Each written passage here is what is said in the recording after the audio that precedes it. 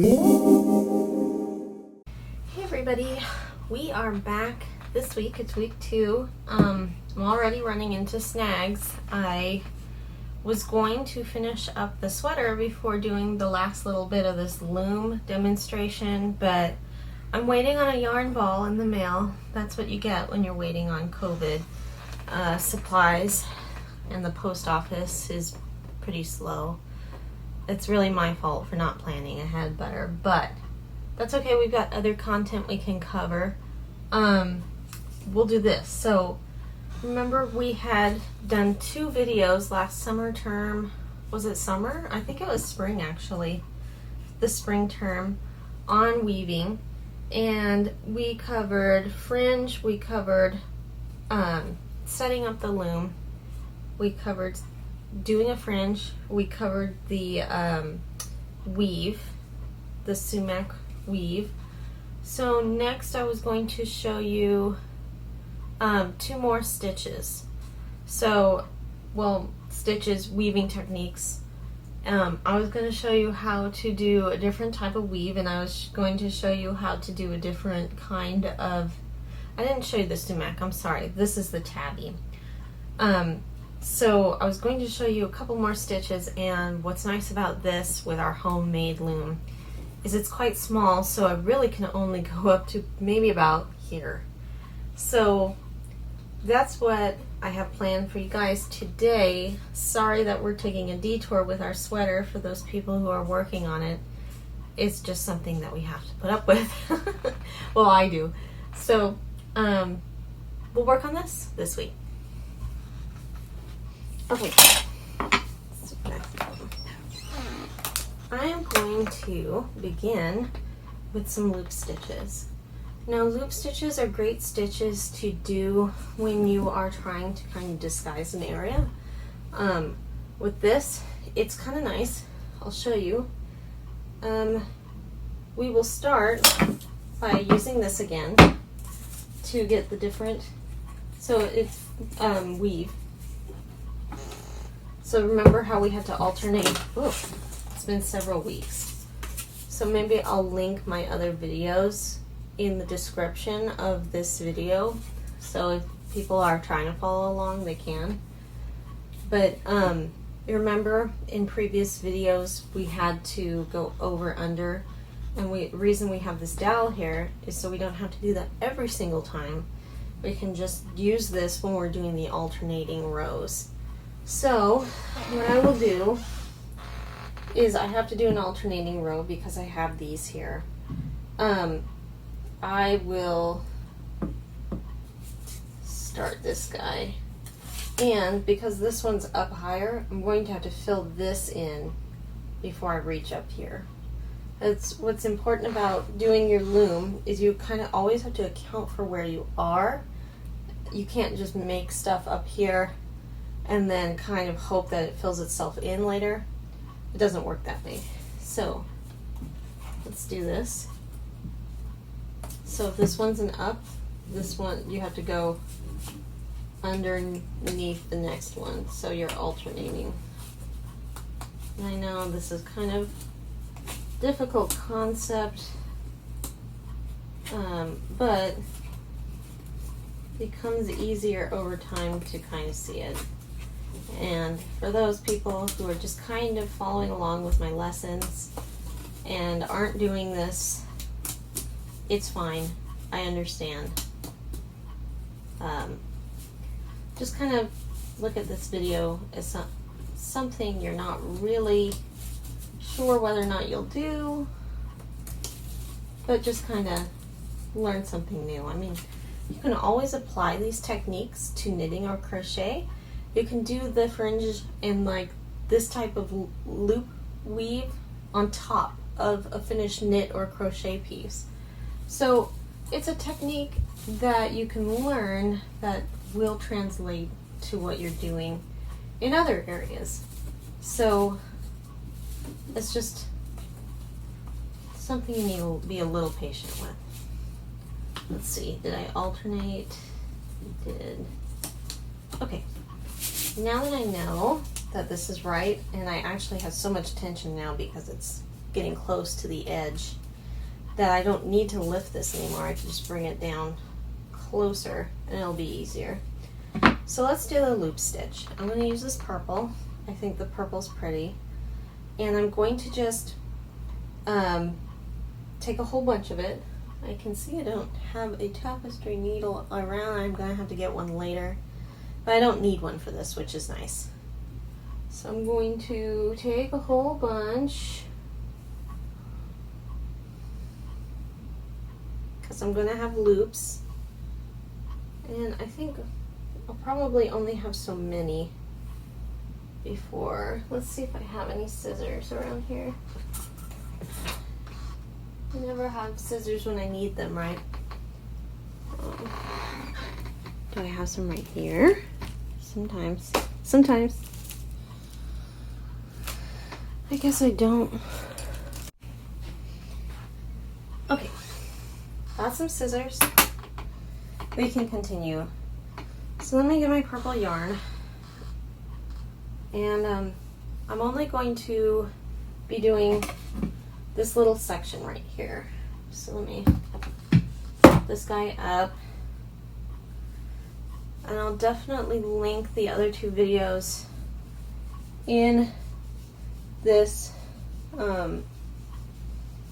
lesson. Remember, or in the description of this video, because it'd be really hard to go back and find it. That would be impossible. I don't expect you to do stuff like that. Okay, so I'm going to cut this much.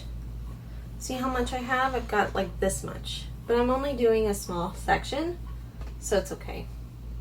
What I'm going to do is, usually I would put this on a tapestry needle if I were thinking ahead, and maybe I have.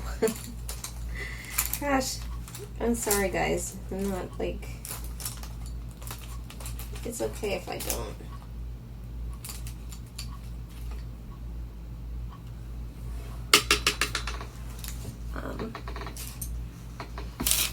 Is there one down here?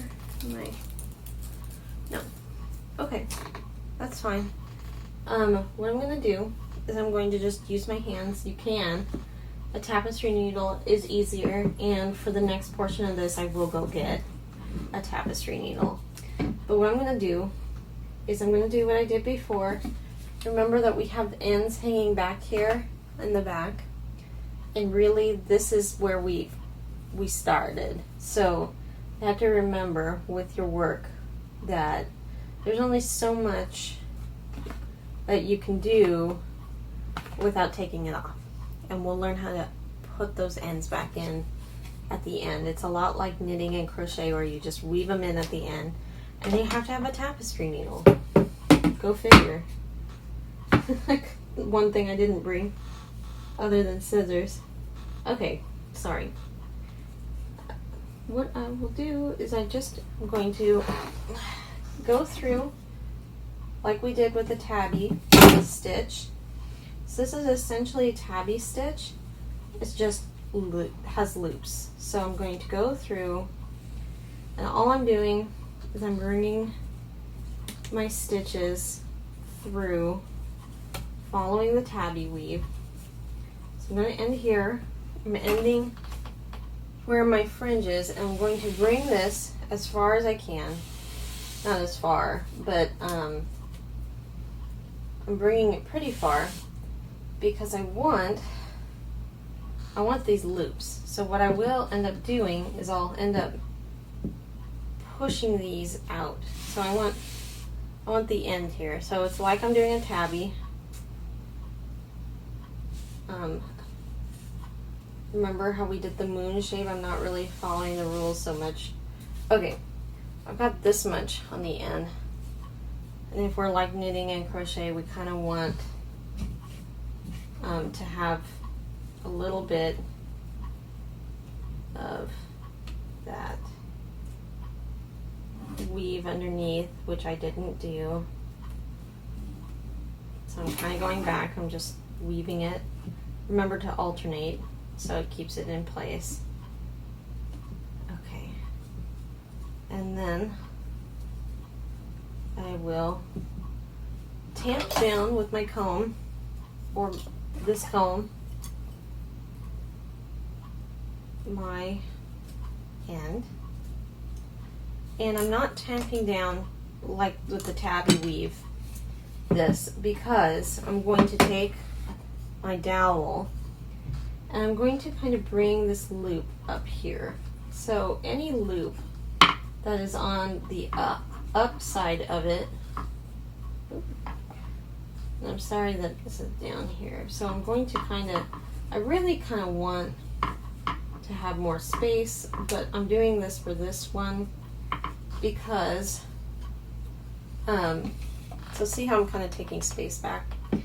I want this to be down here so it stays in place. So I'm doing the loop stitch. I'm going to bring this through the dowel because I want this big of a loop to hang down. So now I'm going to go to the next part that's hanging out in front. I'm going to bring from the edge with all the yarn another loop, and I'm going to tighten. So that's how much I'm hanging this down. So I know it doesn't really seem like it's anything right now, but I'm just going to each stitch here and bringing the dowel through and then tightening it. So all these stitches are hanging here and they are taking on the same uniform amount of loop. So I'm just going to keep going. This one here.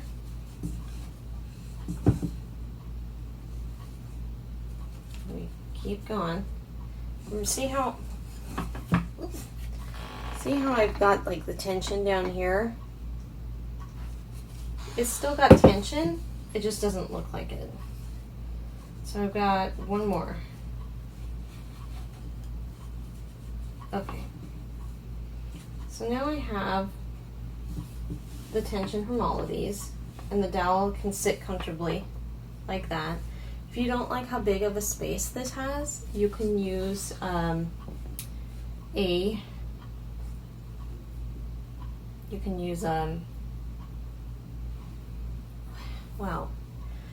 pen. You can use anything thinner. If you have one of these shuttles, you can use one of these even. If you want it to be longer, completely fine. The dowel is easy because it's kind of heavy. It sits here nicely and it holds it in place, so I don't have to worry about it moving around. So before I take this out, I like the tension of it. I'm just going to move it over. I'm going to take this out and I'm going to kind of go back the same way, but remember you're following this way now. So you're going to go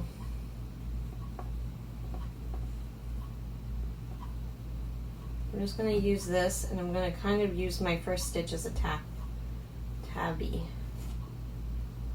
So you don't have to use this tapestry needle, but it always helps. And I could just make this my next tabby stitch. So I'm just going to leave a loop out, and then I'm going to take the dowel out carefully, and I'm just going to kind of bring it down. Probably would help if you also had another dowel here. So see, now I can just kind of come in here and work my next row on top. And this looks really fiddly, but once you have a couple of rows on top of the loops, then it won't be so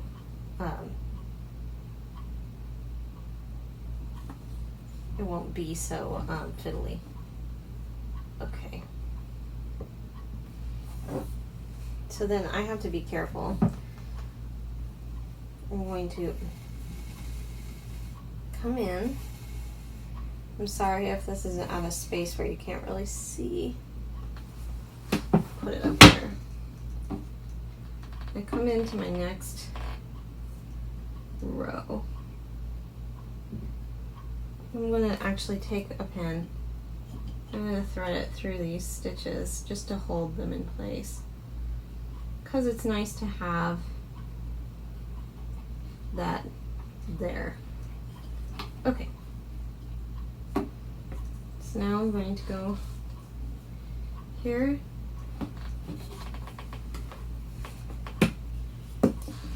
I'm trying to find a good angle.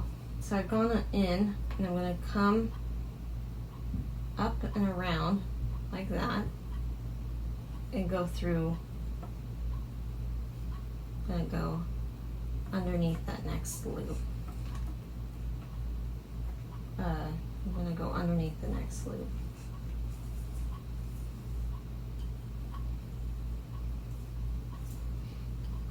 Just like a tabby, but we're also going around the dowel. So then around the dowel again, from the top to the bottom, skip, because you're going over top, and now you go underneath the next.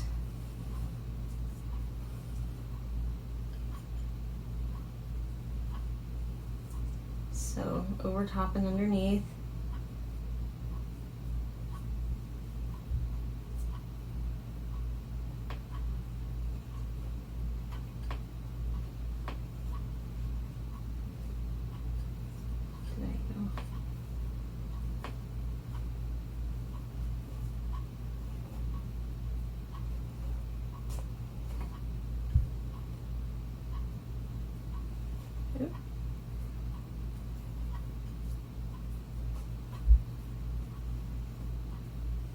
Be sure you don't, if you have that pin underneath, don't get the pin caught up in it.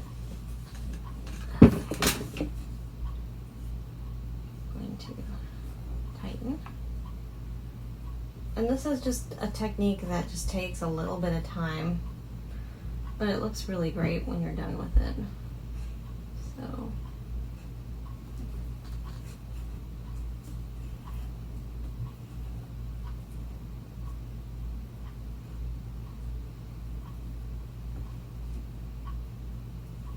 Last one for the row.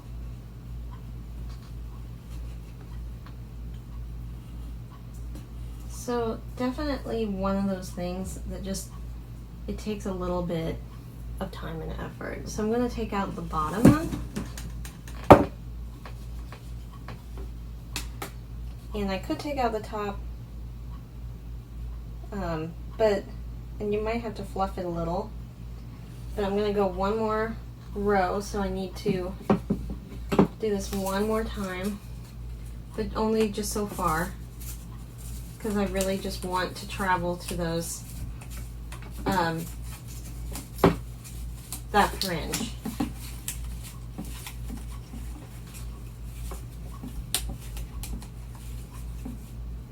Okay, maybe this much. So you don't have to go the whole way, even if you know you're only going to work a certain section. I only went this much. Okay. Now I want to hold on to these, so I'm going to take this out carefully. And I'm going to put my pen through it. Sorry you didn't really get to see that. I put my pen through. So see how the pen's not as big as the dowel, so it's kind of sagging. Normal. Okay. Gonna go one more time, and then I'll show you how it looks. And with this, like every other thing, remember when we had the tabby at the on top of the fringe to secure it? We need a tabby, like 2-3 rows of tabby, just to secure it into place. You don't have to have it in the same color. You don't have to have it in the cotton warp thread. You can have it any way you want it. So that's that.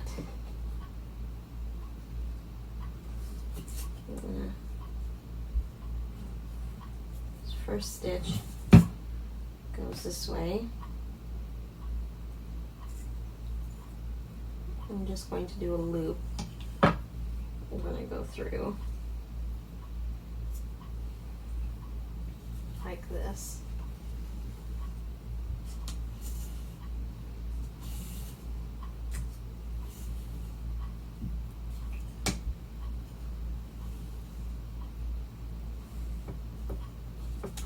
can always, with stuff like this too, people don't realize that a lot of people really love these types of things as bags, as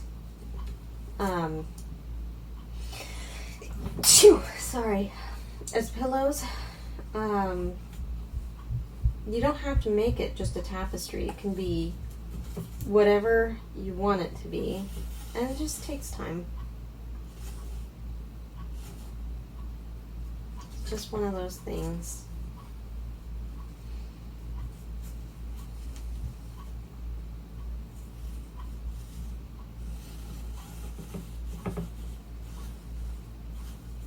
And it takes practice too. I need to kind of push this down with my comb. I don't know if you can see it. When you work in tapestry, it's not really comfortable to actually work on desk like this flat. It's more comfortable to work with it propped up. So, unfortunately, that's kind of where we're at here.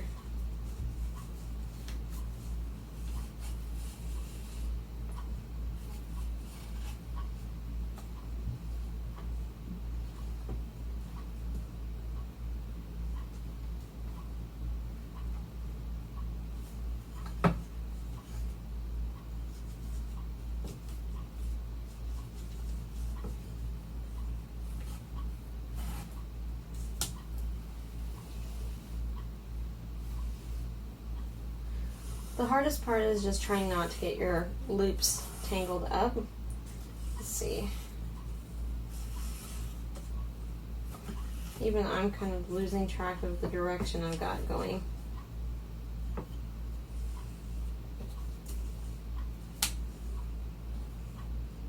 Alright. It's just one of those things. Loop stitch.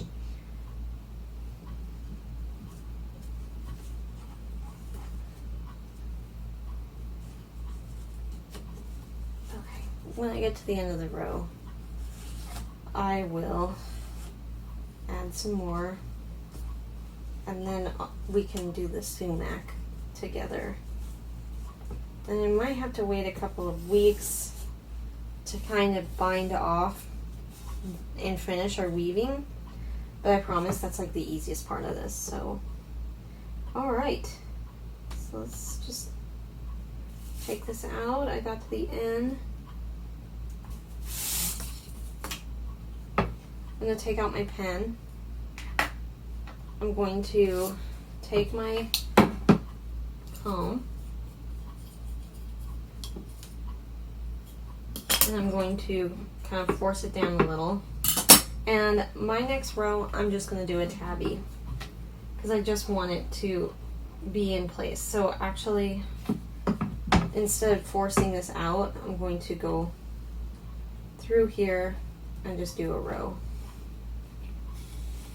So remember, tabby was just going in and out.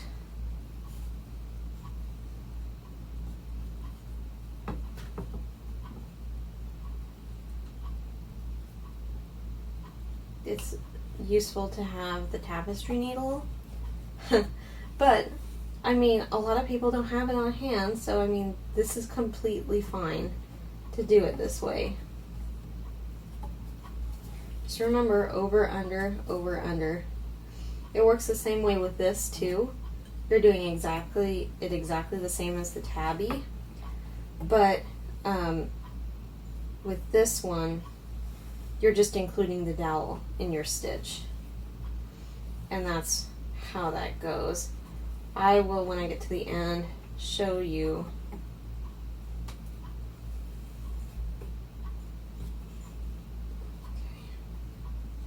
One last one, so I gotta go underneath the last one. Okay. Alright. So see right here, this is our loops. We've got a couple of them down here. The more loops you have, the nicer it looks. And I've got this tabby up here. So I'm just going to take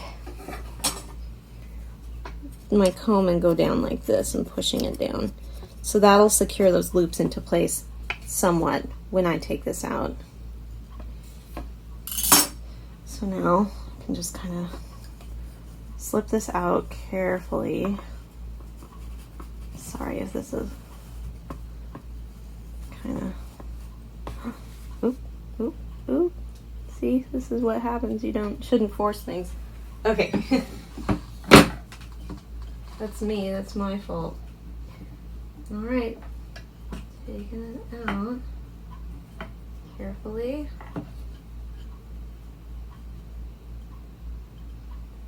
Carefully.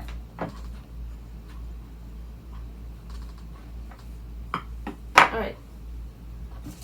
I took out my dowel. I need to bring this tabby weave down like that. And there are loop stitches you can do in knitting. They take a lot of time, but you could also do this type of weave on top. So in the back, I've kind of got, I can pull out a little further my tabby, and it looks generally like, not tabby, sorry, my loop. It looks generally like what I've got in the back with the tabby. And my loops on the side, I've got one that's kind of big. That's my fault. I kind of didn't regulate it too well. But look at how pretty that is. And now it's kind of camouflaging this here. So before, you might have a color or a tabby weave that you don't love too much right after your fringe. You can always disguise it with loops. So I'm going to just finish this looping here and here, and then I'll show you the sumac, and then I'll tell you what I'm probably going to do for the rest of this. But you have enough, after that you'll have enough skills to keep going. So let me just catch up with you. You don't have to sit with me while I'm doing this. So I finished up my loop stitch. I could have gone a lot further. I really don't have very much left of this. Like, imagine I would have to finish probably around here. So this is pretty good for what I've got. I'll probably do more tabby weaves later, but for now this is what it looks like in the back, and this is what it looks like in the front. If you feel like you have, like, you can always fluff this a little, bring the stitches forward, but what I did is I secured it with 2 rows of tabby on top. You can tell right here, so it's kind of hard to see, but that's what this was there, where you just alternate stitches and you bring it down and you kind of secure it. So that looks pretty cute so far. What I'm going to do next is I'm going to show you the sumac. So let me just pause this. Okay, we are going to do our sumac, which I think is actually quite fun. I'm going to use this great big roving yarn. I think that it makes a nice look to it. It's kind of a little bit loose. You'll notice like the pile of it is not woven super tight. See, I've got like fuzz balls. That's intentional. Roving is kind of just like yarn before it's spun down to its thin component like this. So with roving, I have to find the end, and I'm going to start my sumac weave, which is a little bit different, but you'll find it's really fun. So it's depending upon which way I'm going. I'm going to have only so much of certain thing. So I'm going to cut off this much. If I need more, I can go back and get some. See? Kind of interesting. Turn on record, right? Yeah, I did. Sorry. Just in case you need to know, my yarn is called Chunky Luxe Big. It's loops and threads. I got it from Michael's. It's all acrylic. It's a size 7, so it's a jumbo. That's bigger than a 6 or a 5. It's really big. probably the biggest type of yarn you'll ever get. This was $10, so it's expensive, but I mean, unless you're making a blanket out of this stuff, you're not going to need to worry too much. So because my yarn is so chunky, I don't really need to worry about putting it on a needle. I don't have to worry about putting it on a bobbin. I don't really have a whole bunch of it, actually. It looks like a bunch, but it's not. Normally, if I were doing a sumac weave with a thinner yarn, I would have had maybe a couple more rows of tabby to secure my loops. I don't really need that so much. Instead, what I'm going to be doing is I'm going to be, I'm getting this acrylic roving in my nose. I'm going to be pretty much just guiding it through. So first of all, I'm going to need to know which way I'm going. You can see this, right? Like that. I'm going to be coming in, and I'm going to come up to the first stitch. And instead of, with all of these, I pretty much followed the tabby stitch rule. With a sumac, what you're going to do, you need your ends like this. I'm going to gather it because I'm going to go this way and then come back that way. I'm going to come in, come around like this, and come this way. So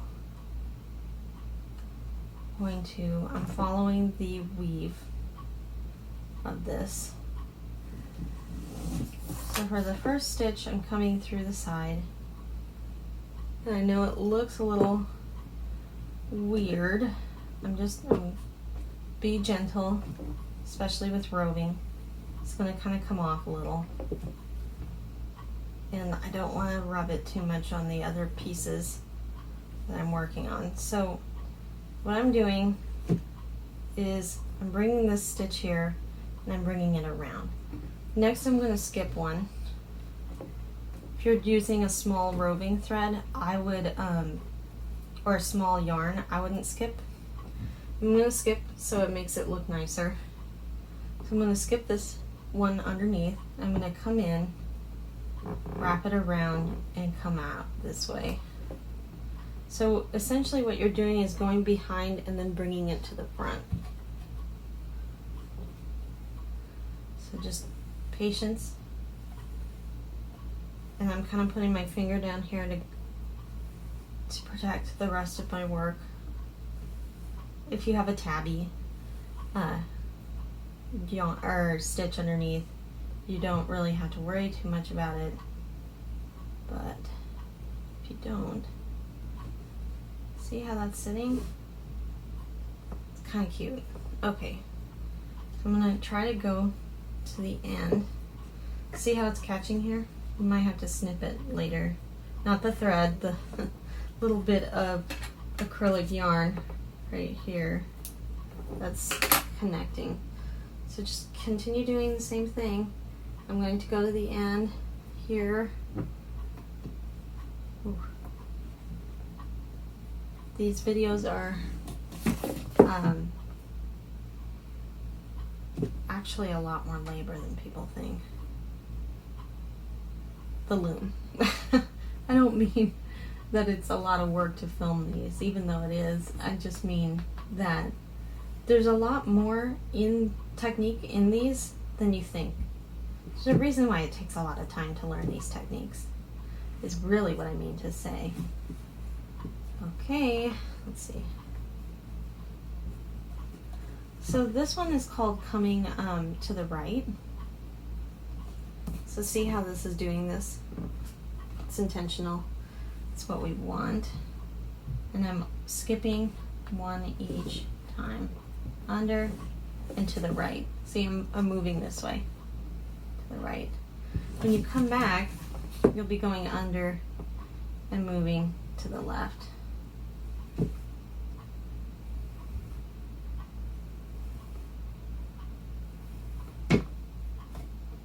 what's nice is too in sumac, the roving yarn is especially suited to this. That's why I got it for this. So it makes a really nice decorative look.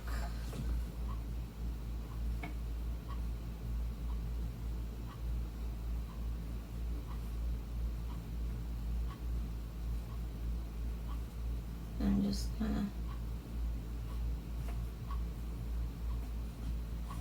there. See how that has that nice loopy quality? I think for a lot of people, this is people's favorite stitch. So I'm just gonna keep going to the edge, skip one. I'll do this last one more time, and then I'll show you how to go to the left, and then we'll be done with our technique. See how easy it is to get that caught with our technique for the rest of the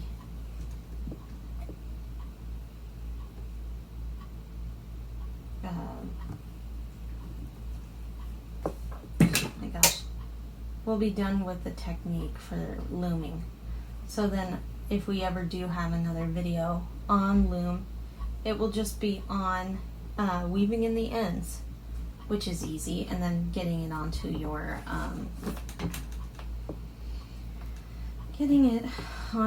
your dowel, which it looks like it is here, but when you get to the end, what you end up doing is snipping these. So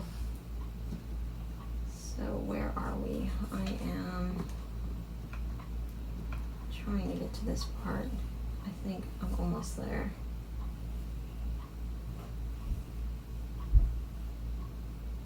Oh, I took it out. Okay, sometimes you get confused. I do.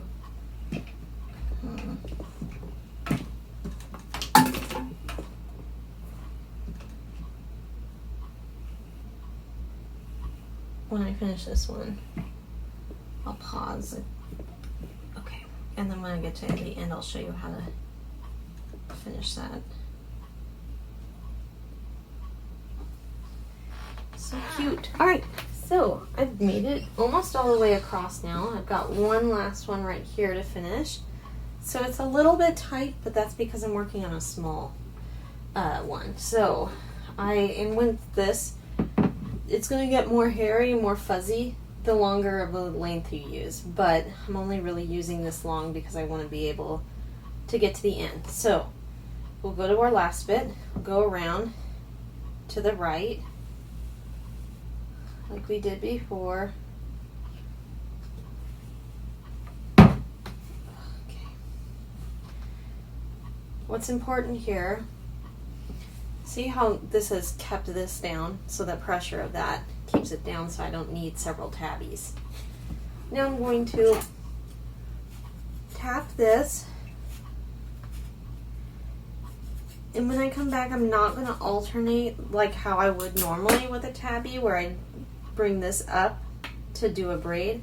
I'm going to go back and sit it on top of the same one I did before. So that's what's important here. So we're trying to get this braid technique that's going to look really cute, the sumac is known for.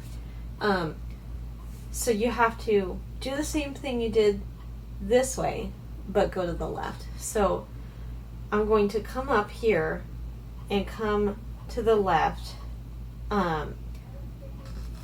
first. So let's do that. I'm sorry that this is not really conducive to something really close up, but I'm working with what I have. So I'm going to come in, and with this one I'm going to kind of come in and I'm going to take this one underneath, and just for me I'm going to do both of these because it's just going to be easier for me for that first stitch. So I'm bringing that through. So I'm going to work this and come to the left. So come in this way, or I'm going to come in the opposite way because I want to end up going left. So I'll come to this string, first string first waft thread, bring it over to the left and wrap it around to bring it left. And that's what's important. Remember when we did it before, we went to the right side of the string, wrapped it around to bring it to the right. So there's that first one. Now I'm going to skip that next one, that next thread that's behind, and come into this third one from the right. I'm going to come into the left. You're going around the long end, and you're going to come out this way, going to the left. So it's the easiest way to remember it is you're bringing, I'm using my left hand even, you're bringing it to the left when you come out this way. So make sure you're adjusting. Don't pull too tightly on this thread or the bars. You don't want it to come in, but just keep going. Stay patient. Always this top one, because last time we did the top one. So I'm just gonna keep going a little to show you. So it's gonna look really good. I think this is the most satisfying part of weaving is this. Look at that. This looks like a braid. Isn't that cute? I think that's adorable. So I'm just gonna do a couple more of these, and then I'll finish and I'll show you the end. And really, I've only got maybe this much left of my piece to work on, and I'll show you what that looks like later, maybe in another video, because this video is already long enough. Who knew this would be that?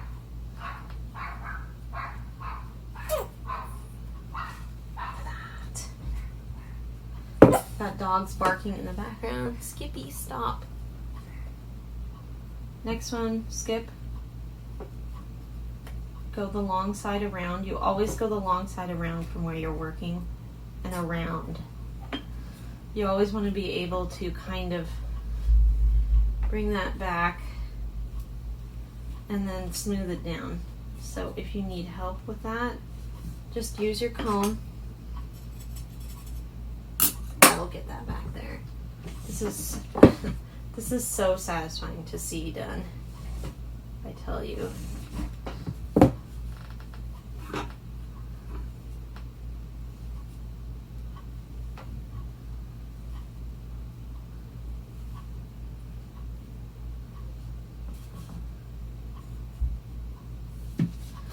What's important is if you want to get the alternating, you can keep this look and keep going like that, and that's still part of the sumac, but the changing of the directions is what gets you this cool braiding technique.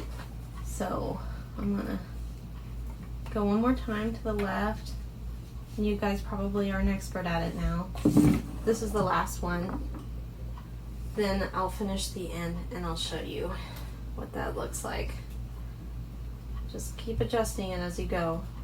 You're almost there. That looks so cool. Okay. Alright, so we finished our sumac weave. This is what it looks like. It looks really pretty. These, I know I kind of cheated. I didn't weave in these edges properly, but they're so large, it's going to be easy to kind of weave into the back of this sumac weave. But look at how pretty this looks. It's such an edge that you've got going. And you can actually even still do this in knit and crochet. This is a technique that you could just put on top of what you're working on. Say you have a large plain knit sweater that's a stockinette. You could very easily do something to this effect on top and make it really pretty. So that's something you can do. I think maybe I'm going to have one more video or half video lesson where I finish, but I'm on my own going to do the rest of this, and then I'll show you how to finish and weave in ends for your tapestry hanging. But we started off with something that looked very different. We had the white here, and it was kind of a little stark, and now we've got something that's a little more in our color scheme family. We got our blues, greens, purples, and even a neutral gray to kind of keep this going. I can still keep that cream or white color going, but I don't have very much. You have to allow yourself some space up here because you will be cutting these to weave the ends in. So that's something to think about. I would maybe, with my dowel, only go to maybe about there. So I know this is a tiny little tapestry, but if you were working on something this small, this is really good. And also if this were a gift, let's say for Christmas or like Hanukkah, something at the end of the year, could even be a Halloween present, who knows, or birthday present. Maybe people don't want a huge tapestry. Not everybody has all the wall space. So this is something that you could get done pretty easily or fast. This could even, if you extended this out longer, you could keep it going, and this could be the edge of a purse. It's really kind of cool. So once again, thank you for joining me with this. I don't know if any of you are doing this. It's something to try. I would definitely get my own tapestry loom, but if you wanted to make the loom like how I did, and I can link the earlier video. And it's definitely very cute and something to think about with your future projects. Okay. See you next week.